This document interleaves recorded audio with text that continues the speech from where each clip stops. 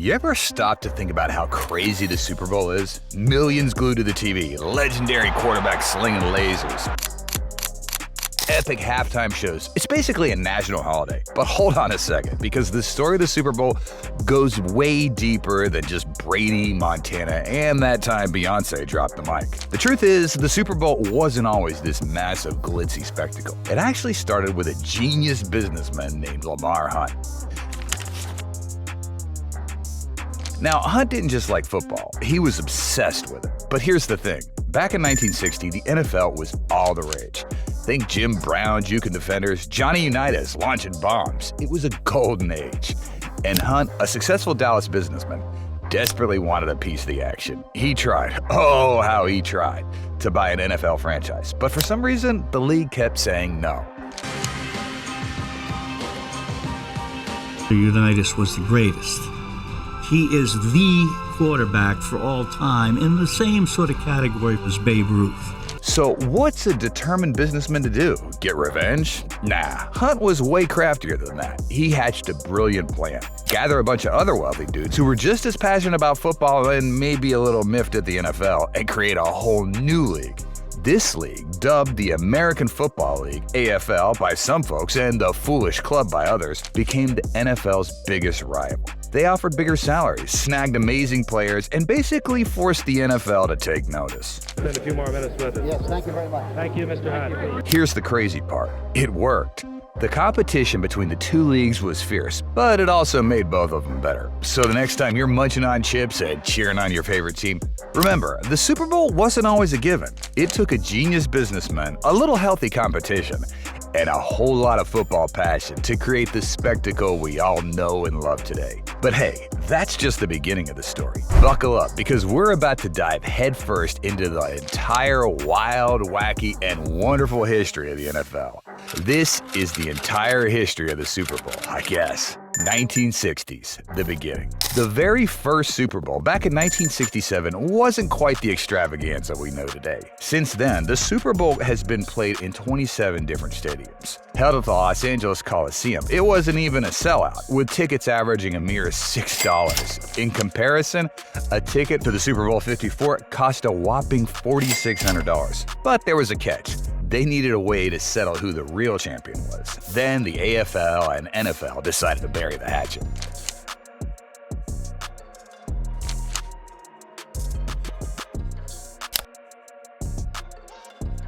And agreed to have their champions face off in a season-ending championship. The first game, called the AFL NFL World Championship game, was televised both by CBS and NBC, with each network even having their own announcers. Did you know that Super Bowl 14, held at the Rose Bowl Stadium in 1980, still holds the record for highest attendance with 103,985 spectators? A far cry from the multi-million-dollar commercials of today. A 30-second ad at this first Super Bowl cost around $7 million.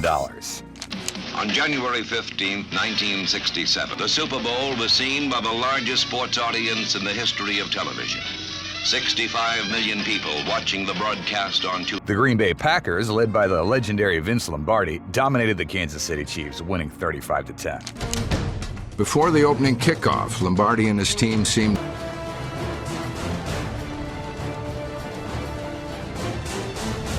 Interestingly, the iconic name Super Bowl wasn't even official yet.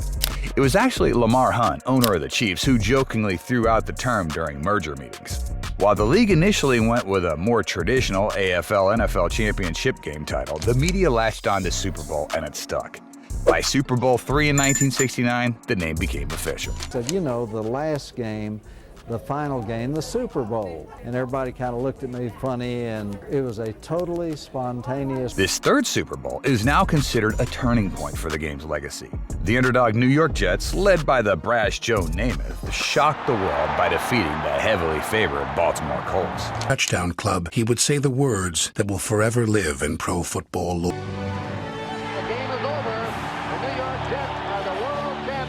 This AFL victory not only cemented the Super Bowl's importance, but also proved the competitiveness of the previously doubted AFL teams. The 1970s may have been a battle for supremacy between the newly merged AFL and NFL, but the 80s and 90s transformed the Super Bowl into an NFC victory lap. Buckle up, because we're about to witness a display of dominance that would leave even Vince Lombardi speechless. The NFC racked up a staggering 16 wins out of a possible 20 Super Bowls during these 2 decades. That's right, folks. For 13 straight years, from Super Bowl 19 to 31, the trophy resided firmly in the National Football Conference. Talk about a dynasty parade. Leading the charge were the San Francisco 49ers, coached by the mastermind Bill Walsh.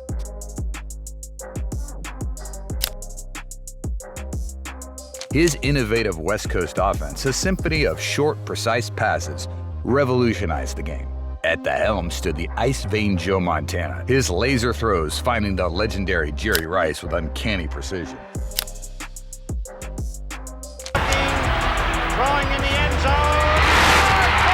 This wasn't just a team, it was a force of nature. The 49ers dominated the 80s, collecting 4 Super Bowl wins and establishing themselves as a dynasty for the ages. In 2 minutes and 46 seconds, and Montana was 8 for 9. But the NFC party didn't start there. The Chicago Bears, with a defense as ferocious as a pack of wolves, mauled their way to a Super Bowl 20 victory. It was Walter Payton, a human highlight reel, spearheaded their charge. The Washington Redskins and New York Giants also carved their names into history. They proved that championship success wasn't limited to just one quarterback, winning multiple Super Bowls with different signal callers leading the way. Meanwhile, the AFC was left scrambling for scraps. The Oakland Los Angeles Raiders, the outlaws of the league led by the ever-controversial Al Davis, were the lone bright spot. Their aggressive, in-your-face style propelled them to 2 Super Bowl wins, 15 and 18, a testament to their gridiron grit and determination. The 90s saw a familiar face rise to the top. America's team, the Dallas Cowboys. Led by the triple threat of Troy Aikman, Emmitt Smith, and Michael Irvin. They were a juggernaut on offense. Their dominance in their division was almost comical, making the playoffs nearly every year. They translated that regular season success into 3 Super Bowl victories, solidifying their place as a powerhouse. But just when the NFC thought they had a permanent lease on the Lombardi Trophy, the 49ers roared back. This time, Steve Young was at the helm, flinging darts to the ageless wonder Jerry Rice. They secured their 5th Super Bowl ring with a dominant performance in Super Bowl 29. A reminder that the NFC wasn't going down without a fight. Ricky Waters to the right. And a play fake. Young goes deep middle. He's got Jerry Rice. Touchdown. The Green Bay Packers, with Brett Favre slinging the pigskin and a young Reggie White terrorizing quarterbacks, finally ended their Super Bowl drought with a win in Super Bowl 31. This victory added another chapter to the NFC's already impressive reign. 11-year NFL career. And now, baby, it's over. Your Vince Lombardi Trophy is coming on. The New England Patriots, a team that would soon dominate the NFL landscape, made their first Super Bowl appearances during this era. Unfortunately for them, they fell short in both the 1985 and 1996 Super Bowls. However, their struggles wouldn't last. The turn of the century was just around the corner, and with it, a new dynasty waiting to be born. Imagine flipping through an old photo album. The 80s and 90s were all about the NFC holding the Super Bowl trophy like a prized family heirloom. The Packers, the Bears, the Niners, they just couldn't be beat. But then something shifted. Super Bowl 32 arrived, and boom, John Elway and the Denver Broncos pulled off a major upset over the defending champion Packers. Talk about a momentum swing. Terrell Davis, with a full-blown migraine, was running like a rocket strapped to his back, and Elway's experience was undeniable. This win was a whisper in the ear of the entire league. The AFC was coming for the crown. Who was experiencing a migraine headache, was losing his vision. What's that? Can't see. Okay, just do this. The next year, the Broncos sealed the deal with another Super Bowl victory. Elway's second and his final curtain call. These back-to-back wins were the opening act for a whole new era of AFC dominance. Because for the next 12 years, the AFC would snatch the Lombardi Trophy a whopping 9 times. It was a familiar affair within the conference, with the Steelers, Patriots, Broncos, Ravens, and Colts constantly battling it out. These teams were like roommates who just happened to be the best football squads in the league, pushing each other to insane limits. Crazy rivalries were born, and the level of competition skyrocketed. Meanwhile, the NFC? They were switching things up every year, with a different team representing the conference from 2001 to 2010. Talk about a revolving door. Then came the rise of the New England Patriots, a dynasty in the making, led by a young, unproven quarterback named Tom Brady. They defied all odds and upset the heavily favored St. Louis Rams in Super Bowl 36. This victory was like a Sweet 16 for Brady, his first of many Super Bowl wins. Here comes one of greater importance if he makes it, and it's right down the pipe. Question about it, they are in range, but they gotta hurry. Maybe he can... The Patriots went on a tear, adding 2 more Lombardi trophies to their collection in the next 3 years, leaving the Carolina Panthers and the Philadelphia Eagles grasping at straws. Their reign was only interrupted by the Tampa Bay Buccaneers shellacking of the Oakland Raiders in Super Bowl 37. It was a necessary reminder, no empire lasts forever. Offense finished with 9 touchdowns on the season. It was only fitting that after the game, they were playing his song. The party continued for the AFC, with the Steelers and the Colts adding Super Bowl wins to their trophy cases in 2005 and 2006.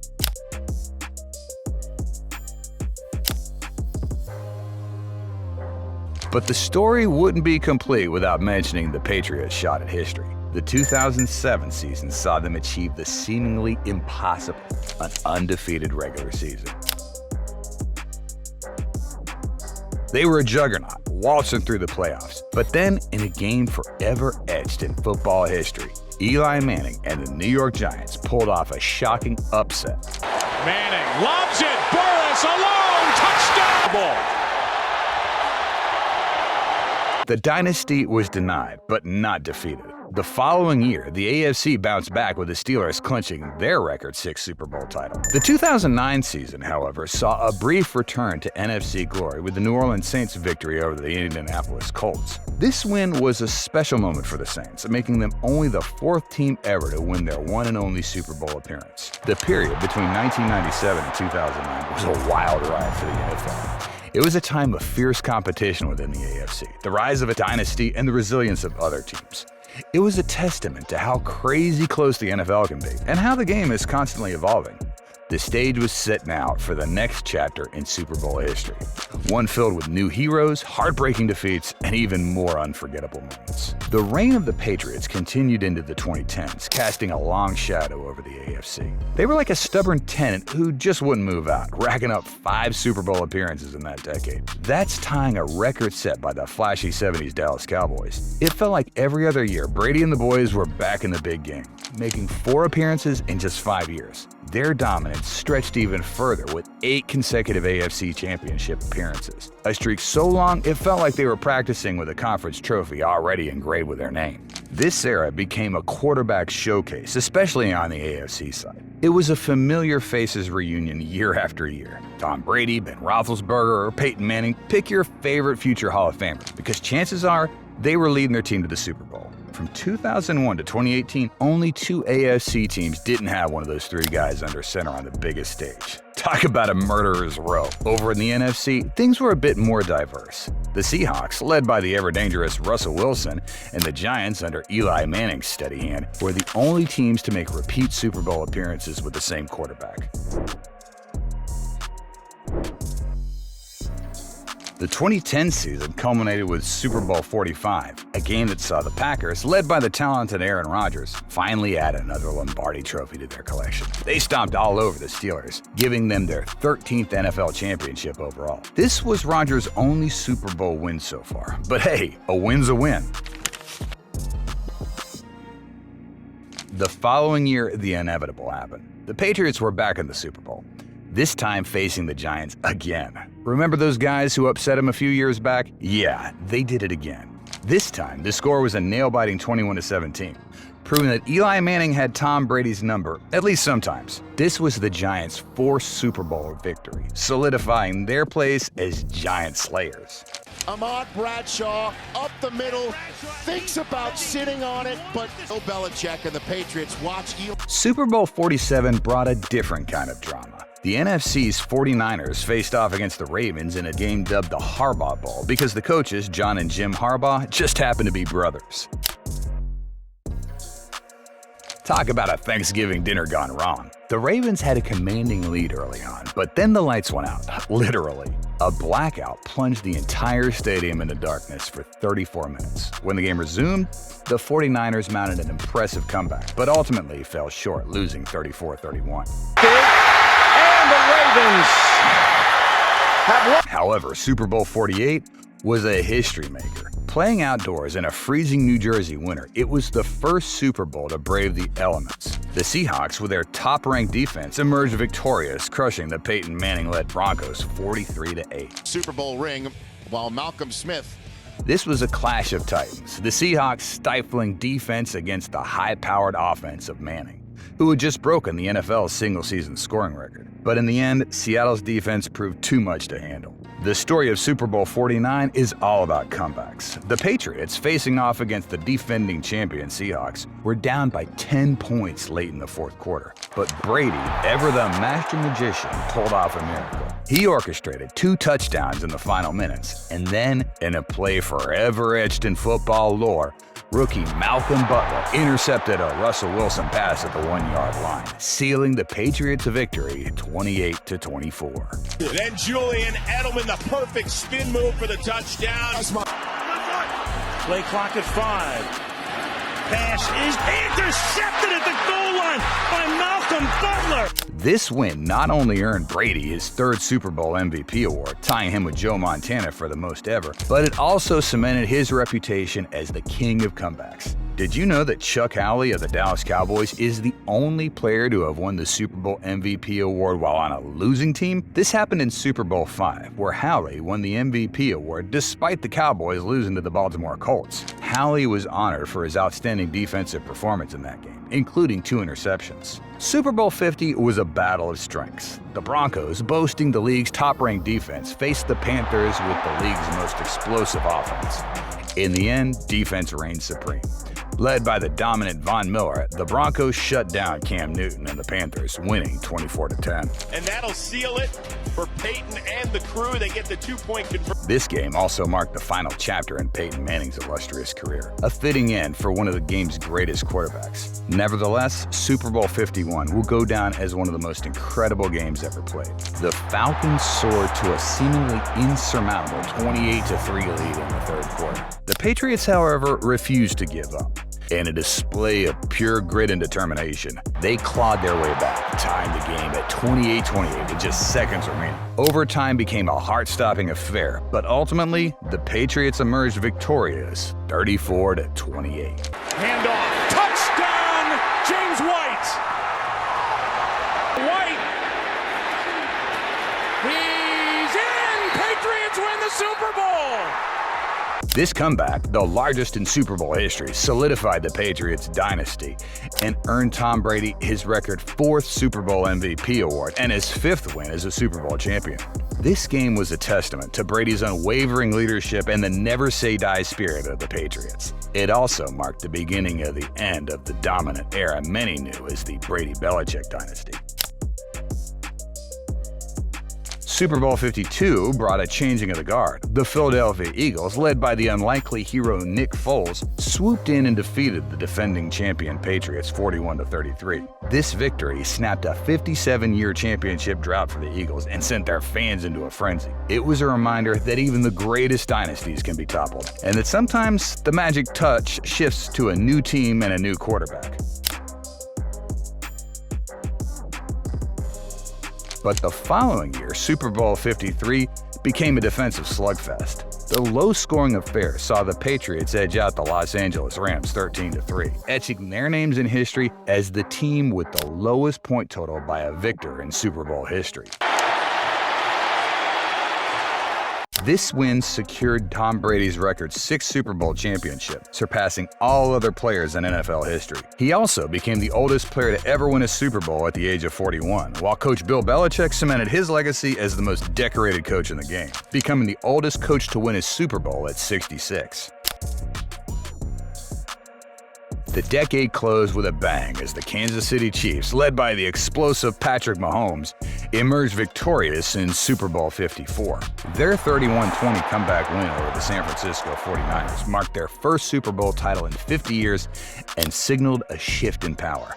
It was also the first time since 1991 that the NFC didn't hold the edge in Super Bowl victories. This win was all the sweeter because it came after the Patriots' surprising wildcard exit, marking Tom Brady's final game in New England. This is Pitt. Kendall Fuller up to get it.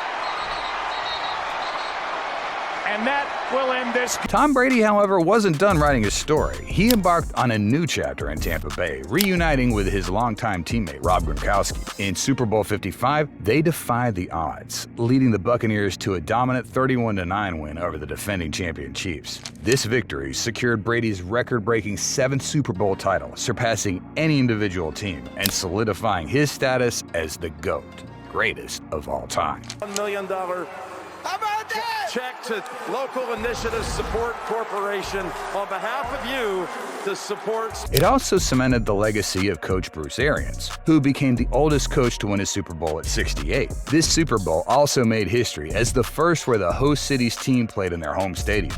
The following year saw the Los Angeles Rams take the crown on their home turf, defeating the Cincinnati Bengals in Super Bowl 56, but the dominance of the AFC wouldn't be denied for long. In Super Bowl 57, the Kansas City Chiefs, led by the ever-resilient Mahomes, pulled off another comeback for the ages. Down by 10 points at halftime to the Philadelphia Eagles, they clawed their way back and secured a thrilling 38-35 victory with a last-minute field goal. And the Kansas City Chiefs have won Super Bowl 57! The story continues in 2024. Super Bowl 58, held in the glittering new Las Vegas Stadium, saw a rematch of Super Bowl 54, the Chiefs versus the 49ers. In a display of their unwavering determination, the Chiefs overcame another 10-point deficit and emerged victorious in overtime with a touchdown. This win not only marked their 4th Super Bowl appearance in 5 years, but also secured their 3rd championship in that span, a feat last achieved by the 2004 New England Patriots. Swings it. It's there! Hardman! Jackpot! Kansas City! The future of the NFL is wide open, filled with talented young players and hungry teams. But one thing remains certain. The fight for the Lombardi Trophy will continue to be a captivating spectacle, etching new legends and unforgettable moments into the fabric of football history. Who do you think will be the next dynasty? Let us know in the comments below. And don't forget to like this video for more epic NFL breakdowns.